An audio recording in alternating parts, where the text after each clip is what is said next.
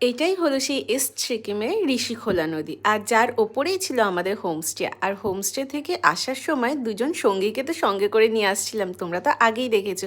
আর নদীতে এসে নদীর পাড় দিয়ে এরকম পাহাড়ের উপর দিয়ে একটু দৌড়াদৌড়ি করবো না, তা কি হয়? তো সেই মতোই আমরা দৌড়াদৌড়ি করছিলাম। আর সৌরভ পেছন পেছন একটু ভিডিও করছিল, তারপর সৌরভেরও কিছু ভিডিও করে নিলাম। আর নদীতে এসে নদীর জল নিয়ে খেলা করব না, সেটাও তো হয় না, তো সেটাও করে নিচ্ছিলাম। আর পাশে যারা আমাদের সাথে গেছিলো তারাও বসে বেশ নদীর পাড়ে হাওয়া খাচ্ছিল, জল নিয়ে খেলা করছিল। আর দেখো নদীর সৌন্দর্য দেখে না জাস্ট মন ভরে যাচ্ছিল। আর সঙ্গে করে যেই সঙ্গীকে নিয়ে এসেছিলাম দেখো, ও এবার অন্য যারা পাহাড়ি বাসিন্দা ছিল তাদের পিছনেও দৌড়ে বেড়াচ্ছিল।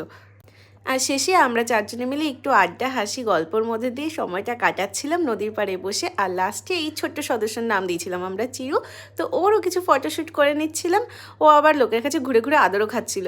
তো এইভাবে আমাদের দিনটা শেষ হলো। চলো টাটা বাই, দেখা হচ্ছে next